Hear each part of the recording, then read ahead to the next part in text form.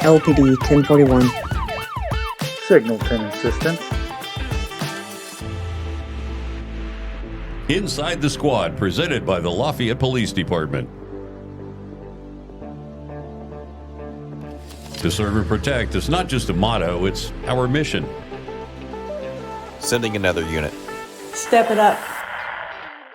Welcome back inside the squad. Today we're talking about digital evidence forensics.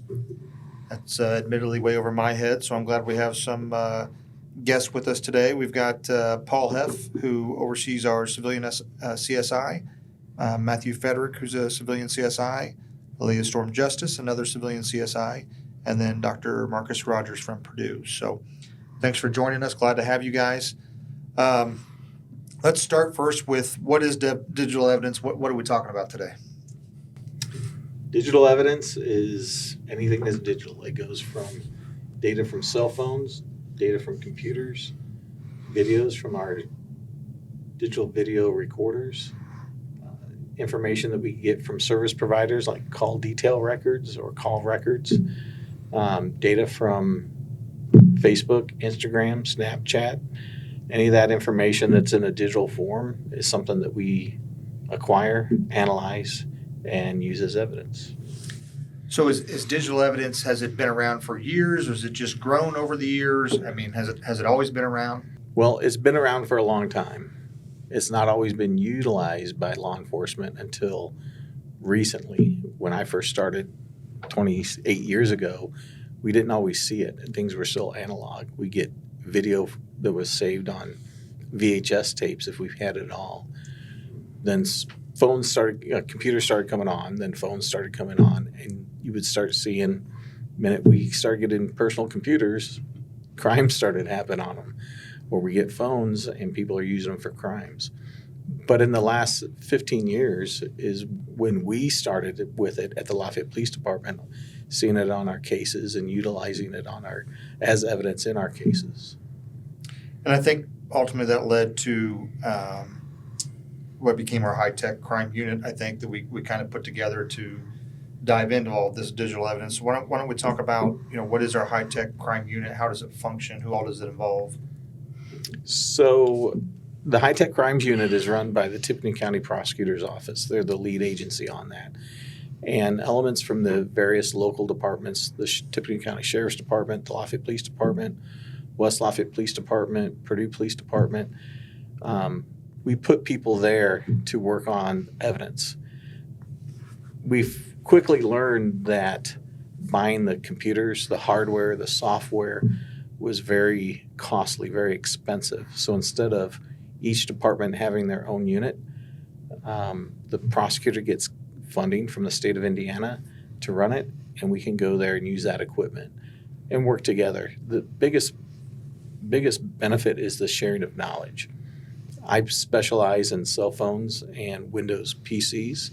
We have other people who specialize in maybe networking, or they specialize in Mac forensics. So there's different areas that we can specialize in, and it's hard to know everything. And if you have a question, you have a peer in that high-tech crimes unit who you can ask and get immediate feedback. We also do peer review. This is what I see.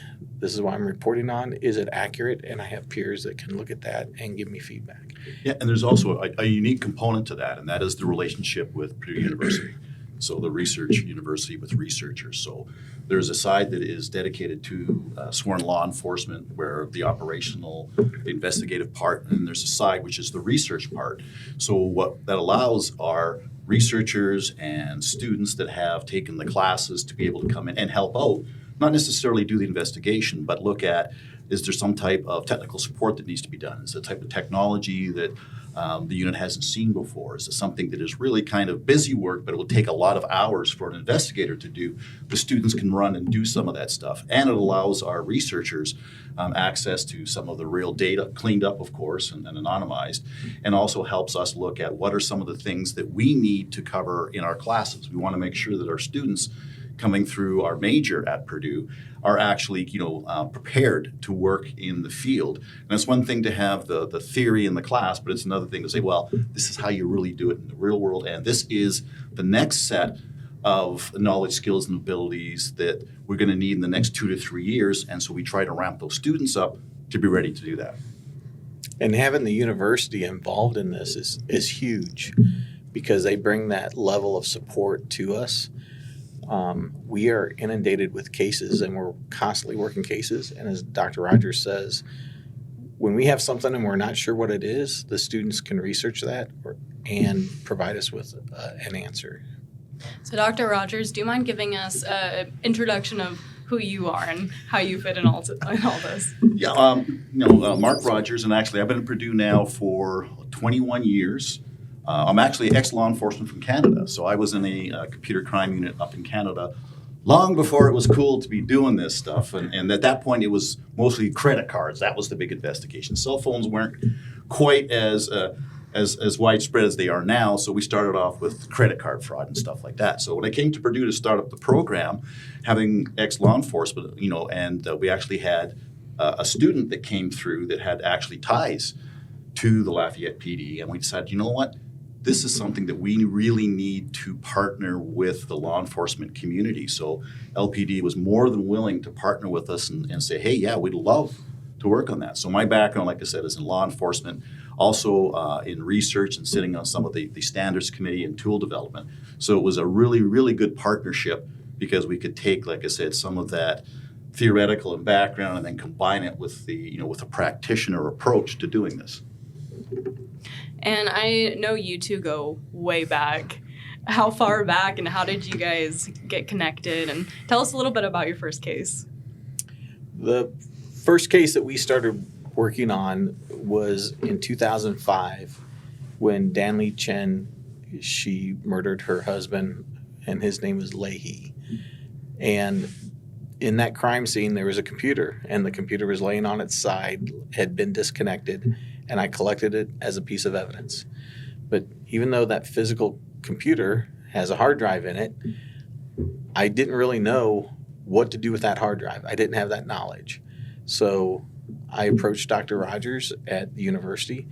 There was another person working there at the time named Scott Cassander, and they worked on it together, and we were able to pull data off of that hard drive. And that was the first computer that I know that we did together at the Lafayette Police Department and on a homicide case. After that, we've had additional cases. When the iPhone 3 came out in 2008, we had another homicide in 2010, and the tools I had were able to access it. I take it to Purdue. There was a method out. It was kind of revolutionary at the time in 2008 called the Zaragosa method to get a physical extraction of an iPhone 3. We did it in the Dr. Rogers lab over there in Conoy Hall, and the information gained off of that phone was extremely beneficial in the prosecution of the two people who had committed that homicide. And then there was other data that we got on that as well, location data from cell tower records that I believe Dr. Rogers worked on as well. Yeah, and I think that was, if I'm not mistaken, I think that was one of the first times where that much digital evidence was being entered into court, and they really didn't know, the prosecutors putting this through, and the courts didn't really know, well, how do we do this, how much weight? So I think they actually set some precedent for the use of digital evidence in the courts of Indiana. And like I said, it was a great experience. We had students working on this. We were lucky enough to actually have a relationship with the individual Zdarsky who had done that.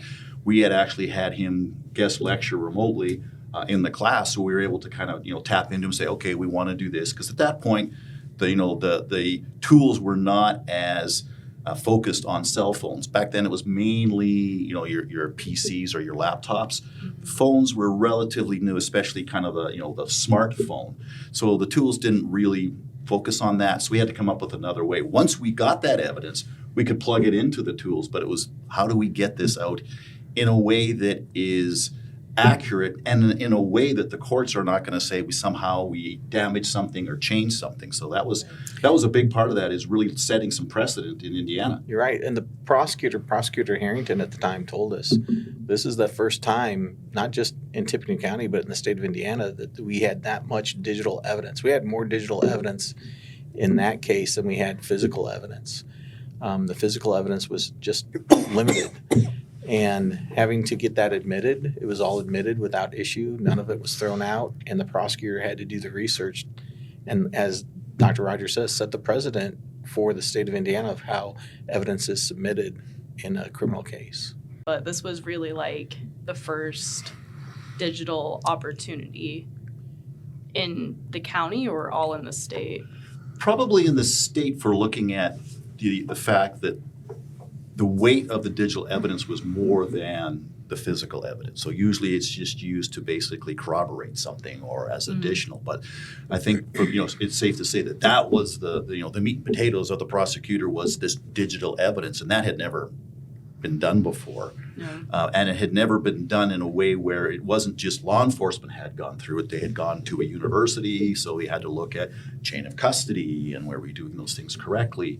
And that was all new to the courts. They hadn't seen that. And so there was a lot of, making sure we did it really right, because we knew that there was nothing that they can go back that it should be done like this. We were kind of setting the standard, so we wanted to make sure. And there's been occasions, especially if you look at that relationship, that wasn't just unique in Indiana. That was unique in the entire United States. In fact, the Attorney General's Office, U.S. Attorney General's Office, has looked at our model, and it's not just been replicated in Indiana now with, 10 HTCUs in the last few years, but it is actually, they're trying to replicate it across the U.S. because of how effective it was at helping out, and it allowed some of the smaller agencies, other than just the great big metropolitan areas that have big budgets, to be able to offset the costs of doing this with the equipment. Because for the most part, you need specific tools that the courts have seen to do this, and they're not cheap. So the training, the cost of this, and being able to not just have to rely on sworn investigators, but that was kind of one of the first civilian models to come over and help out with that. And that was very, very much, that we basically set the standard for the U.S. Wow.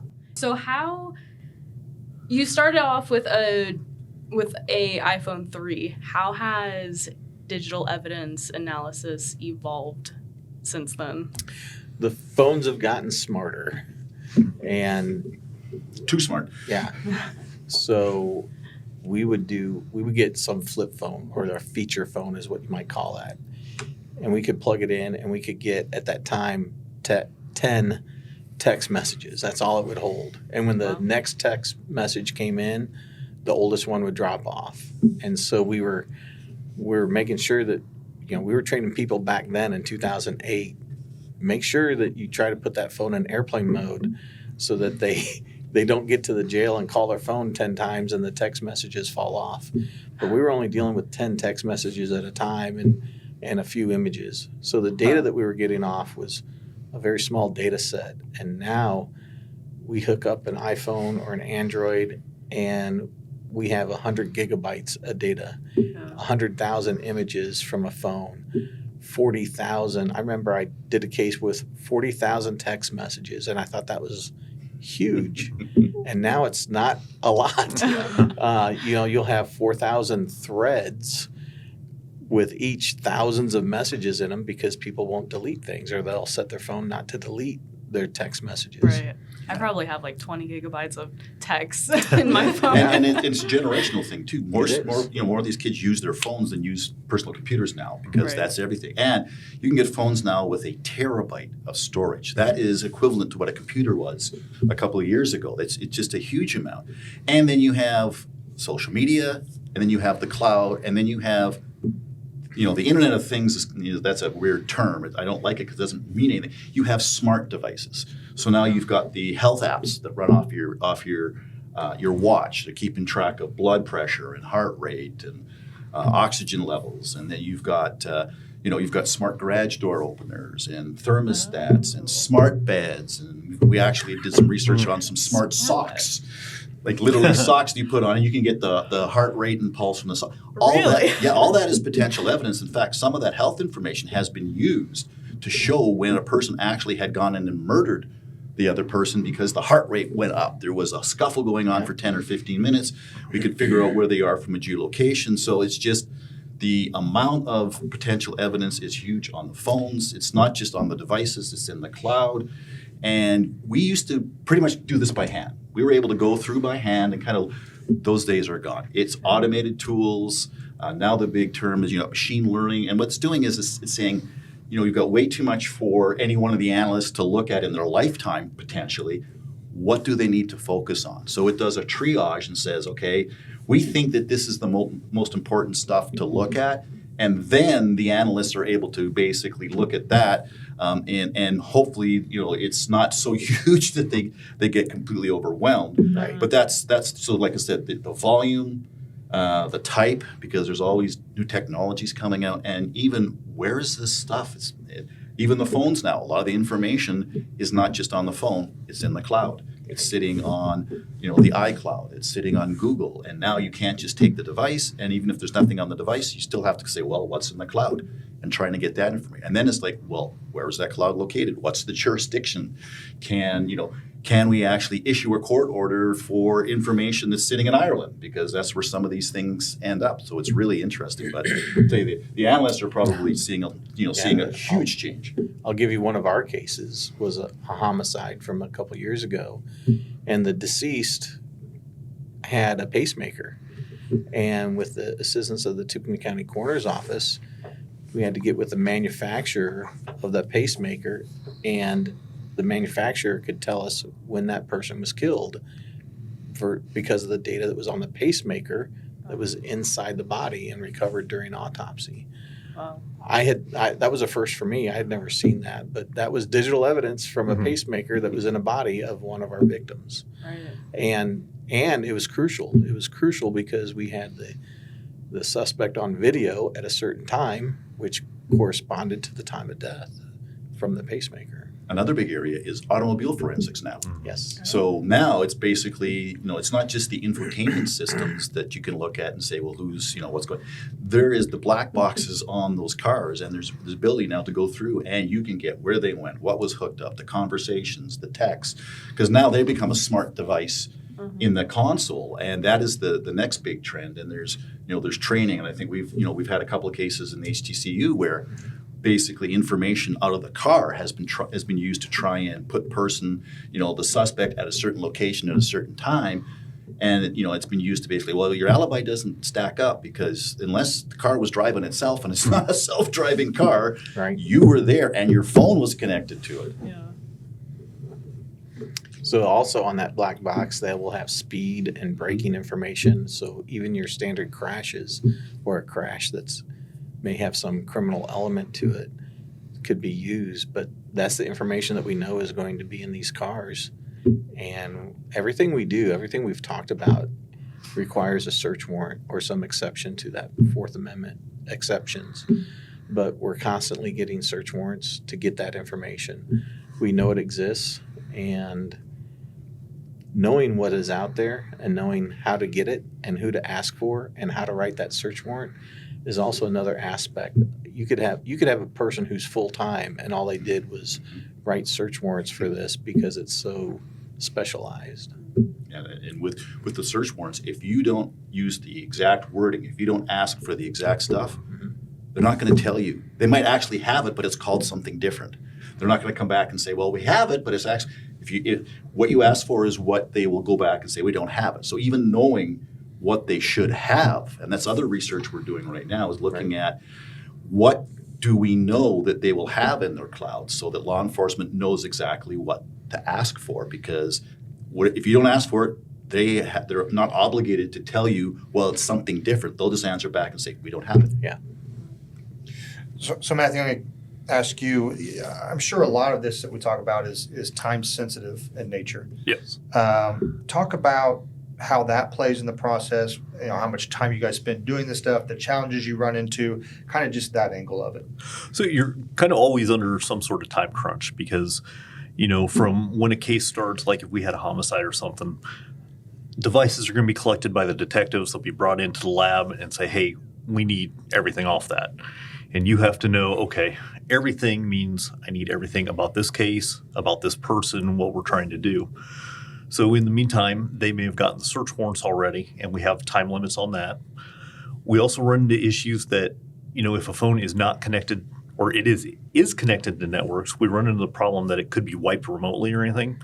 So we always try to get it in there and get the forensic process started as quickly as possible because we don't want to lose evidence.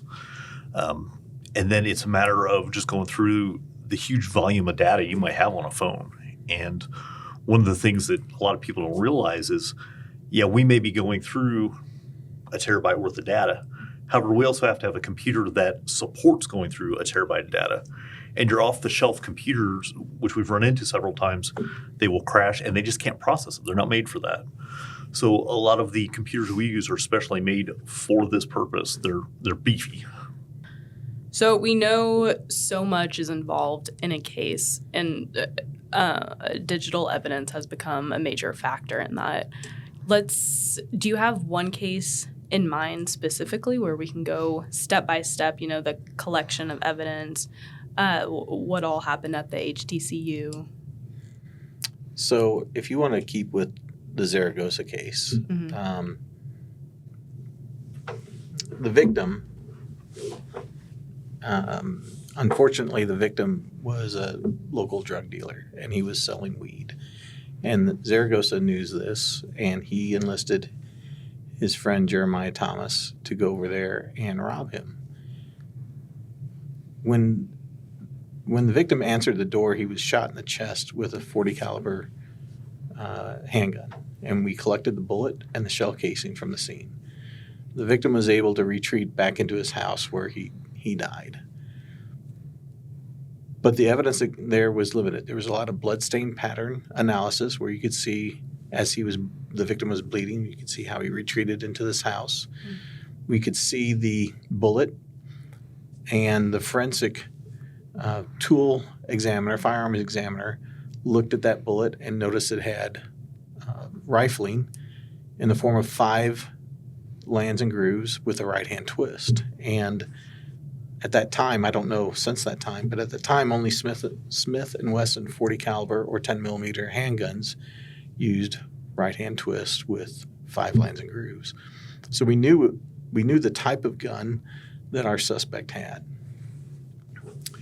The deceased girlfriend told us that she left between 7:30 a.m. and 7:45. She left the house. She had checked her emails and she logged off on her computer. And when I looked at the computer, I can see that log off time. And I could see she had accessed her email account. But the log off time corresponded with what she told us. So it helped corroborate it that our witness was telling us the truth. Mm-hmm. We also looked at the phone from the victim, and we could see where he was using the phone at a certain time. And then we started getting unread messages, missed phone calls, and no user-generated activity at a certain time. So we could say that from 7:35 and I think to about 10 or 10:30 is when most likely this person was shot, that our victim was shot, because there was no activity on his phone. And that's how we tried to determine what's called post-mortem interval or time since death. Mm-hmm. So those two pieces were the most critical. Well, I don't say the most critical, were very important. As Dr. Rogers kind of talked about, the cell phone tower data was acquired, and you worked on that. I didn't work on the cell phone tower data. I worked on the cell phones, on the victim's cell phone. I worked on the suspect's phone, which was that iPhone 3, and getting stuff to the lab and determining what type of firearm was used. And again, we said that the iPhone 3 that Dr. Rogers and I worked on, even though some of the information had been deleted, we got it back. And we could see on the suspect's phone he was looking to purchase a Smith & Wesson .40 caliber. He Googled searched it. We could see the Google searches. He inquired of what does one cost. He texted people who had them for sale, or he thought, but he was set on a Smith & Wesson .40 caliber. That information was also relevant because a day or two before the death, he's searching for that exact gun, that exact firearm to purchase one. And I'll let you talk about the location data from the cell phone towers. Yeah, and at that point, there wasn't a lot of information on the phones itself related to the cell towers. But you could go to the company AT&T, whoever it was, and they could basically, once you knew the phone number and the information that makes the phone unique, they could actually run, as long as you did within a certain amount of time, they could go back and run their logs and say, yes, this is the activity of that phone on that day. And the phones are constantly, even if you're not talking on it, they're constantly polling towers to say, this is the cell that I'm in. So if you have to make a call, it's already ready to go. So we were able to get the information from the cell company, and we were able to basically, it was a manual process. We actually had to go there and map it back onto something like Google Earth and show this is where the phone was pinging off those towers. So we're able to basically show and basically that the individuals had to be in a car because of how fast, driving from Indianapolis, coming up the highway, basically coming into the development where the victim was, and we could get the times, and they were corresponding to this. And then there's that space and time where nothing's happening. And one of the cell towers was luckily was very close to the victim, so that definitely was within a certain radius of distance between, and then them getting back in their vehicle and then driving back down, and the times matched with the times that they had. And it was basically, it's like, well, why were you up there? So now they couldn't say that they weren't, at least the person who had that phone couldn't say, I wasn't there. Right. Because the evidence proved that they were, and the evidence showed that they were there at that point in time in that exact location. And Zaragosa had an alibi. He said his alibi was that he went to his mother's house, which was near there, but it wasn't covered by the cell tower that he was pinging off of. So where the victim was and where the shooting occurred, pretty much one cell tower at that time covered it, but it didn't cover his mother's house. So we could disprove his alibi that he wasn't at his mother's house because he was pinging off the wrong cell phone tower. Right. And as Dr. Rogers says, that time from when Zaragosa and Thompson drove from Indianapolis up here were pinging off the cell tower at the victim's residence also matched the time that I had from the victim's cell phone of when he was using it and then when he stopped using it. And it was very, very close in that time frame. But that was, again, the physical evidence was limited. But having that digital evidence and to give credit where it's due, the other detectives worked up victimology. When we had nothing else to go on, we started looking at the victim. Who is our victim? Why would someone want to rob him? Who are his friends? Who knows things? And I don't know the number. I lost count of the number of individuals that were interviewed. I think there were like 60 individuals who were interviewed to try to get information to piece this all back together that led us to the two suspects. So the other detectives on this case, not just Dr. Rogers and I, we're not the heroes of this case. That was a team effort by people at the Lafayette Police Department, retired Sergeant B.T. Brown, and other people who worked on that case were Absolutely. pivotal. Yeah. Don't take your heroism away, though. You guys are still heroes. So how often and what's the relationship between LPD and Purdue working on a case? When do you guys work together? When do you work separately? We still get interns. So Dr. Rogers, do you want to talk about the majors that you offer for your students? Yeah. We have a major, and then we have two specific classes that our students take that basically prepare them if they want to do internships. It's like a basic course on digital forensics, so they know how to use the tools. They know some of the rules of evidence and things. Now we have an investigative class that we do. So the students that come out of that program with a B or better now can actually apply to be an intern, unpaid intern, with basically the HTCU. And they end up, for the most part, spending most of their time working on the LPD cases. So they're really the LPD interns within the HTCU. And then those students are the ones that will be primarily helping out with these cases. But every so often there's they'll reach back to the faculty member, myself, or Dr. Kate, and say, hey, this is, we're seeing something here. What do you know about it? And then we'll, go talk to some other PhD students, some other faculty, and come back and say, we think this needs to be done. Or in some cases, we'll create our own tool to be able to go in there and do that. We've done that in a couple of cases where we've had to, okay, this database thing isn't really working right, so maybe we could do that. The other thing we do is we try to stay ahead of the curve as far as researchers go, because we know, one nice thing about Purdue is it's an engineering, computer science school. The kids are going to have the latest technology. They're going to have the latest, and we have international students. So we'll see phones coming in that nobody else really in the country has seen yet, because they were very big in Asia, they're big in Europe. But we know they're eventually maybe going to come to this marketplace.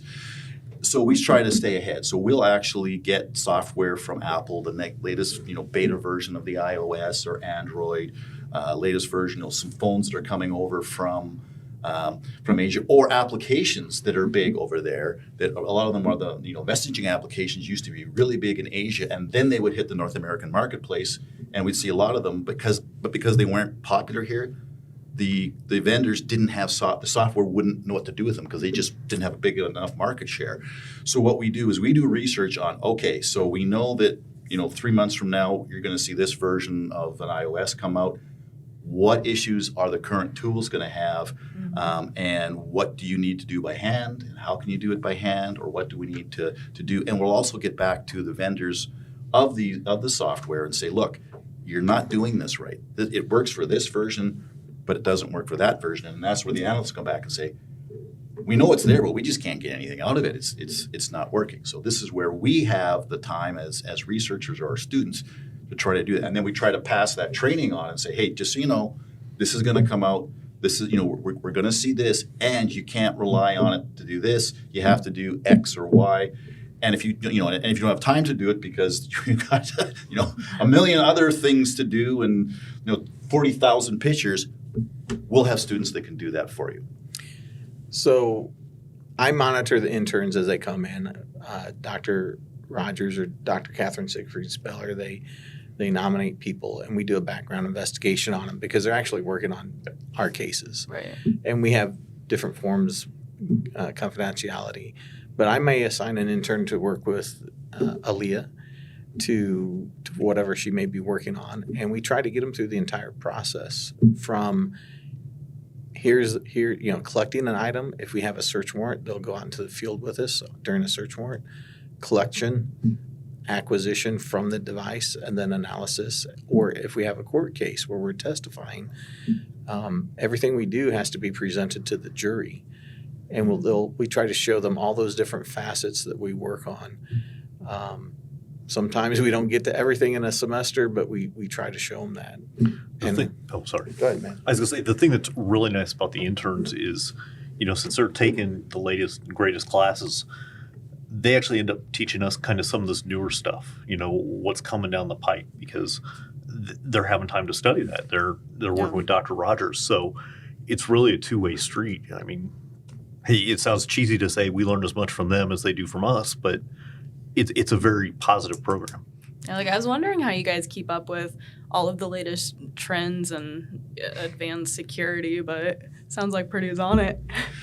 Well, we are, but while we learn, while they're, our interns are learning from them, we are also learning, coming back and saying, well, okay, so maybe we have to adjust our classes because yes, we think that this is good, but we didn't realize that the software is not doing that, or we're not really teaching them how to do that. But if they're going to be valuable in for you folks to do this, that's a skill that we then need to include into our curriculum. So it keeps our curriculum honest, so to speak, for lack of a better term. Yeah. It's one thing to we like the theory, being faculty and researchers, but this is a very applied area. So we need to make sure that what we're teaching them is actually what needs to be done, what's happening, what's the latest court ruling on this or rules of evidence, and that's where the HCCU educates us on how to do that. So for me, I don't often use Snapchat. So when I get a Snapchat case and I see things, it's like, how does this work? I have subject matter experts, which are my children, who use it. And my children are college age. They just graduated college. And they would help me go through Snapchat of what I was seeing or how did this happen? And they're like, oh, Dad, that's easy. Or the interns can go through, oh, yeah, we've used Snapchat or WhatsApp or whatever application is new that I haven't heard of that I don't have on my phone.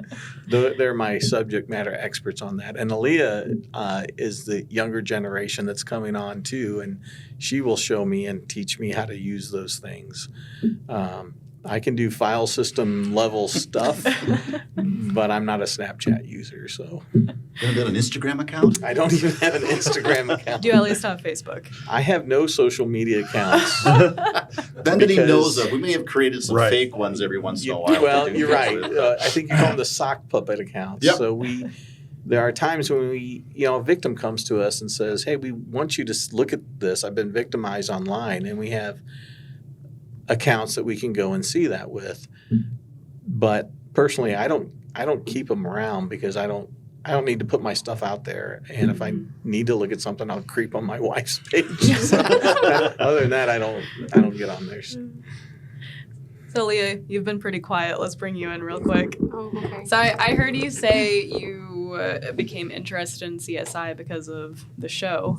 So is it similar or is it different? What are your thoughts? Well, I'd say no. And the fact that a lot of the episodes I've seen or watched, they're more exciting than this? Yeah, they're and the technology's way more advanced now compared to the show back then. I don't even know what years they came out, but definitely there's generationally more updated technology now, and I didn't realize how much technology plays into my position that I'm in currently.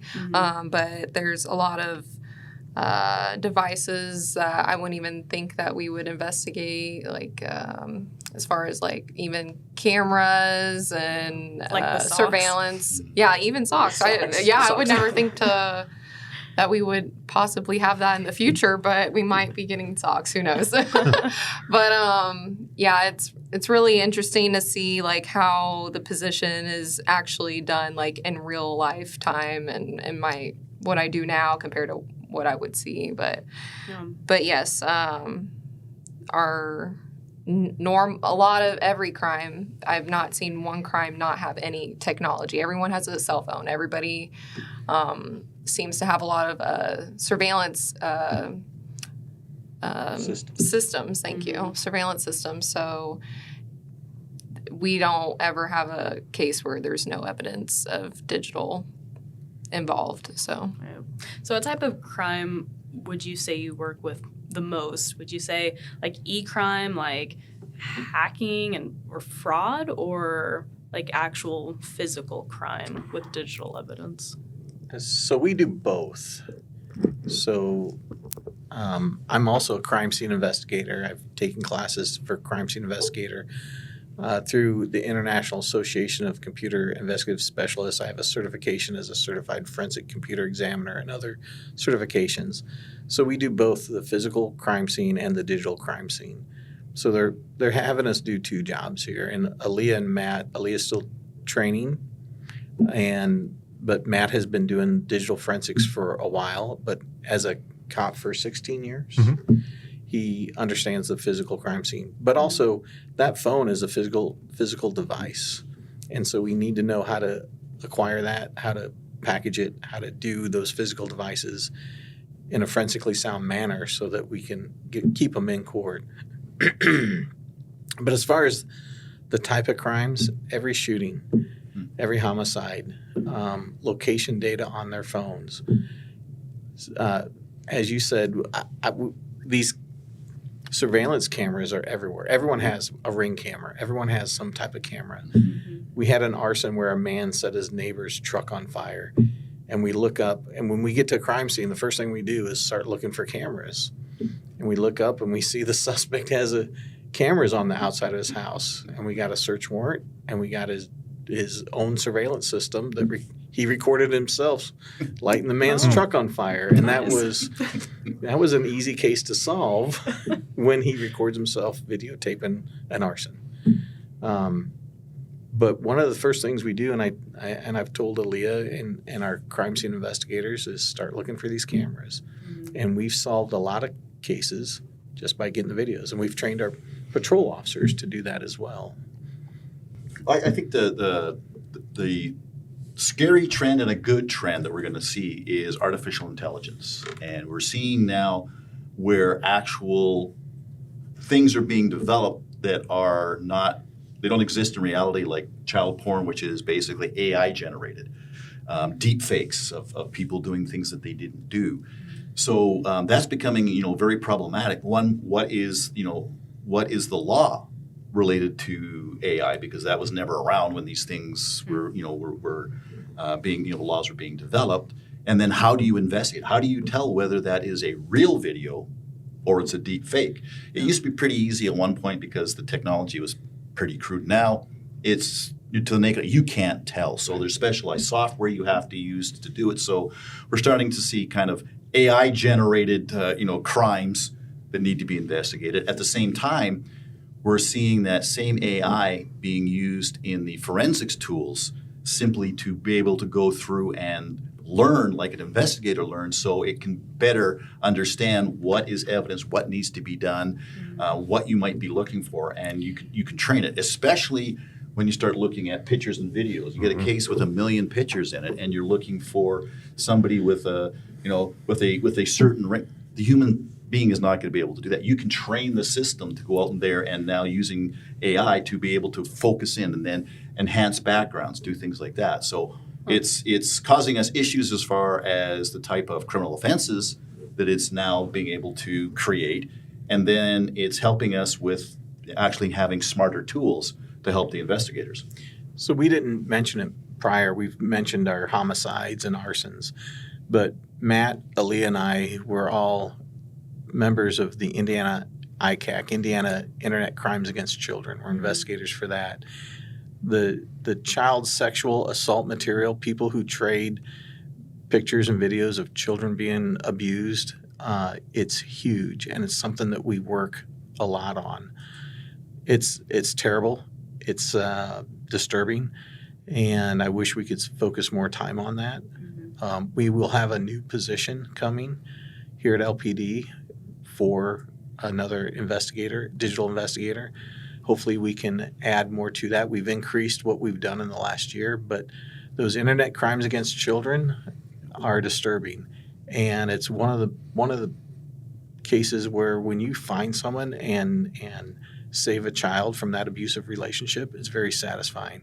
It's something that I wish I could do full time because it's so vile. I can't imagine my children doing, or any child being involved in that type of abuse. So I think that's important also to get out there. That's something we should focus on more.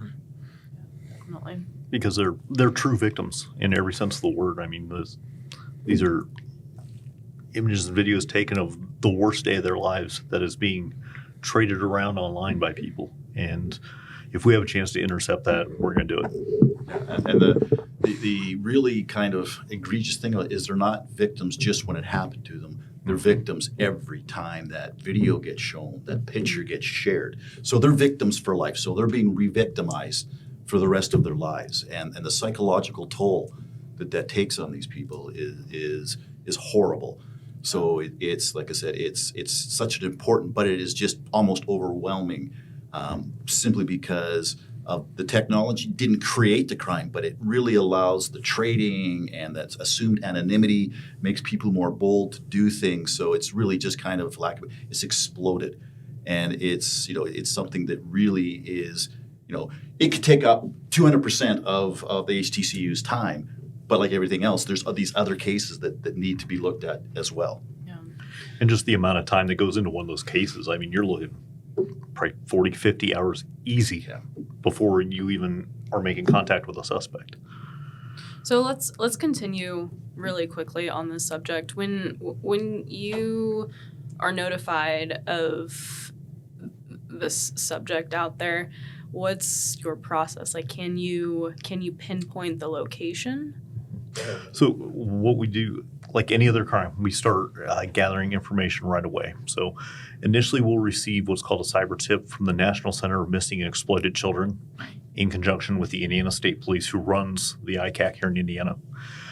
We will download the tip, which will also include some of the material that was being traded, so that we can first confirm, hey, this is illegal. It is not supposed to happen, because you do get false positive results. And you don't want to go forward on a case and build a criminal case against somebody who is not doing something illegal. So we confirm that. And then we start looking at electronic service provider information, whether it's, getting IP data or reaching out to Google and serving search warrants for data on that end. As we get all that back in the coming weeks, we go through all of it and see, okay, is there any more of this data there? Are they trading it with anybody? Are they possessing it? Do we have any more identifying information on this person? We build up as much as we can before that. We also jump into doing open source intelligence gathering on these people. We have a crime analyst here at LPD, Paul Kuban. He helps out quite a bit on that and helps dig when it comes to social media. So we get as much as we can before that. Before we go and make contact with the suspect or anything, we will get search warrants for whatever the location may be, whether it's a business or a house or something. But before we do anything, a prosecutor reviews that. They take a look at it and make sure everything is in the proper order. That it's called a probable cause affidavit, goes in front of a judge. A judge who is not involved in this case whatsoever, has no connection to it, takes a look at it and says, hey, does this meet the standard for probable cause to issue a search warrant for this residence? So there's kind of a misnomer sometimes, like when you watch these shows like CSI, that, hey, a crime's happened, okay, we can go boot a door and go do this. No, they're showing you the tip of the iceberg. The rest of it is much more, there's a lot of back work done on that. So then after that, then, we're interviewing suspects, interviewing individuals. The children, if there's Children, children if there's, involved, we're yes. interviewing them. We will get search warrants for devices, content, anything. The investigation continues after that. Things don't stop at an arrest. From the point that we serve that warrant to when charges get filed to when it goes to trial, the investigation continues. And we'll be working closely with our partners at the prosecutor's office, who are really great, and they keep up to date on all the changing laws with us. So I know that's kind of like the long-winded answer, but like Paul said, it's something that I think we all feel very passionately about, that this is a serious crime. It warrants our attention, and you're helping the most helpless victims, which is what we all got into this to do. Yes. All right. Well, before we completely wrap up, every episode we answer some viewer questions. So we have some specific CSI ones today. Gonna do the first one? All right. Do you utilize artificial intelligence to assist with cases, and if so, how? Oh, funny. We already answered that. Yes. And how we do it is in a couple of different ways. Primarily, it is baked into the vendor tool that's out there. In about the past year and a half, while the generative AI and ChatGPT has been big, the machine learning component which builds that has been built into some of that for doing image recognition.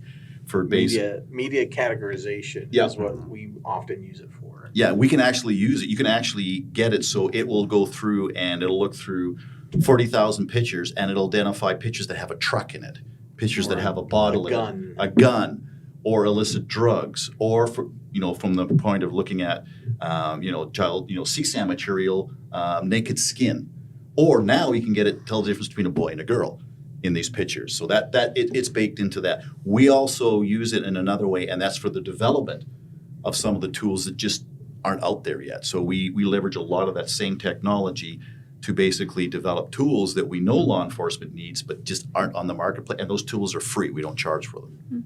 So would you say AI is almost 100% accurate in identifying things?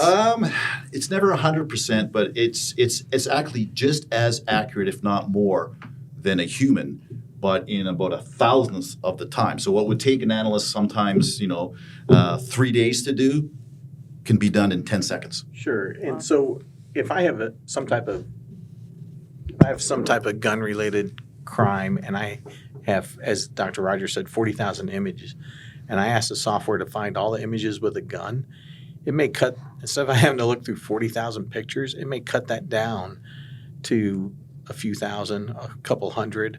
But then I still have to go through and see, well, is this something relevant to my case? And not only pictures, but the videos as well. People always want to do selfies and take videos with their guns. And their money. Yeah. But it's a time saving. It's eliminated the stuff I don't need to look at and focus on what I should be looking at. And the way the law reads it is a tool can't testify in court. It can't be an expert witness. It still requires the human to look at this and go, yes, I verify that is, and that is something good. We don't want the courts to ever accept something that is completely automated without the human piece of it going through and filtering that, because we just do a better job at that point than the artificial intelligence can do. Yeah. Gotcha. All right. Next up, what is your favorite type of evidence to work with? I think that's a Leah question, right? As far as digital evidence, Take it as you will. Man. Well, truly anything could be evidence, like a pencil, a camera, anything. So I'm going to say as far as the most interesting piece of evidence I consistently work with, I will say is a cell phone. Everybody has a cell phone. The things that people look up, the things that people take pictures of, the choices of discussions people choose to have. I mean, it's pretty much got all the juicy information stored on it. I can just see you guys in the lab laughing over stuff. Yeah. What's funny is people put stuff on there because they never think somebody else is going to Exactly. look at it. Exactly. Yeah. So I know we did the stats for 2023, and Aaliyah attended 34 autopsies. She was at an does enjoy autopsy this morning. So even that body, that person who died, that body is a piece of evidence. So she works with the coroner's office and the pathologist a lot, and she works with that a lot. I just don't know if that's her favorite piece of evidence. Yeah, it is a piece of evidence I work with constantly. Probably about once a week at this point, there's an autopsy, unfortunately, but it is a piece of evidence I work with on a consistent manner, as well as phones, because everybody has a phone. All right. How do you keep up with rapidly evolving technology and operating systems? Well, I think Dr. Rogers covered that. It's difficult. It's difficult for us when we're going to autopsies, when we're going to crime scenes, when we're working on cases. But when we get that new piece of technology, I have to ask the interns. I have to ask Aaliyah to use this application. Or Google. Or Google. Yeah, like Or there's a lot of different forensic monkey is out there. Forensics is another one, I think, that we go and have other people online, or we go to the university and say, what do you know about this? We try to find some type of research or white paper. Dr. Rogers has associates who may be studying this and may know something, but those are the different resources that are available to us. We also, as I said earlier, talk about peer review. I have listservs. I can go out on the listserv, and if I'm seeing it, some digital evidence investigator somewhere has seen it, and it's probably on our listserv that we have access to. I think that's probably the most challenging part of the digital forensics that's different than the regular forensics. You don't have DNA 2.0 coming out tomorrow, right? Or a new version. I mean, we have to do a bug fix to your blood type. We get that constantly with digital evidence. So literally the type of evidence, how we do it, can change day to day because something has come out. Technology is always changing. And a version that basically you understood last week changes next week, and it's suddenly changed enough now that you have to go in and kind of refigure out what it's doing. So it's that's the biggest challenge, is the constantly changing technology. Yeah. Yes. Yeah, that'd be tough. And I think we have one more.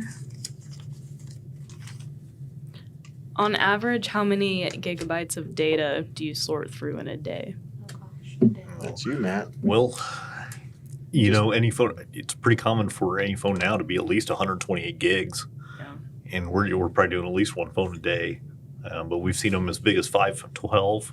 And Dr. Rogers even talked about 1 terabytes. When you're dealing with a computer, it can be multiple terabytes, especially if you've got a lot of people with these advanced gaming rigs and stuff where they have a massive amount of data. They can have 10 terabytes in there with no problem.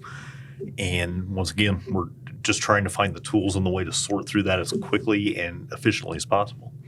So do you need a super huge hard drive to sort through Not everything, only or is it all external? Not only a big hard drive, but graphics cards are important now, and CPUs, which is the central processor, have to be beefed up. So like I said, we kind of model the computers that we use after a lot of these gaming rigs that have, you know, the great graphics cards and stuff.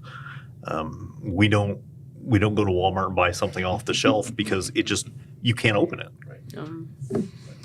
Yeah, And then there's the archiving of all that stuff. Yeah. So it's gotta be it's a stored. huge amount of storage, because it's going to go to court at some point in time. Between the time time A and when it's going to court, it's got to be stored somewhere. It's got to be stored somewhere that has the chain of custody and admissibility. So there's this huge storage thing, and then when the case is over, you can't just necessarily throw it out, because there could be an appeal. So it's got to be stored for 1 year, 2 year, 5 year, 10 year.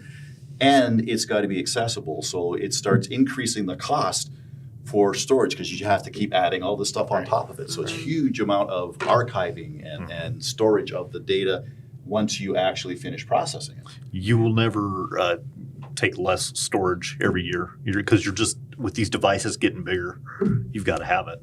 And I think we've got records on cases from like 2009 still that we have to keep, because you know, there's court appeals and stuff, and it takes time. Right.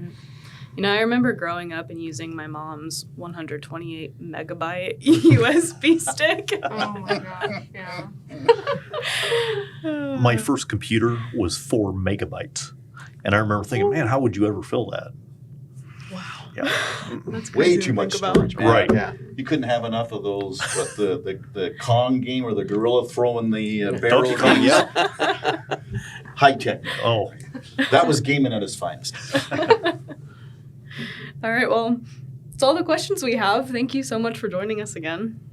Thank you for the opportunity. Yeah, thank you. Yeah. Yes, thank you. And I'd like to thank the chief and the mayor for giving us another position to help with that. And thank you for Dr. Rogers and his team for helping us with these crimes that we together are solving. and the city council for all their support.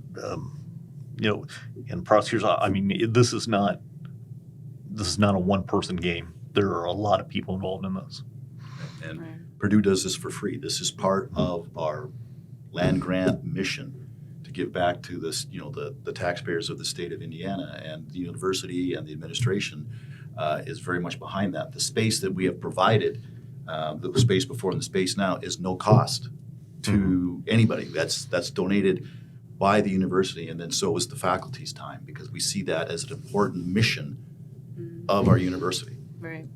So for listeners who are wanting to join this program, LPD is opening up another civilian position, so be on the lookout for announcements about that.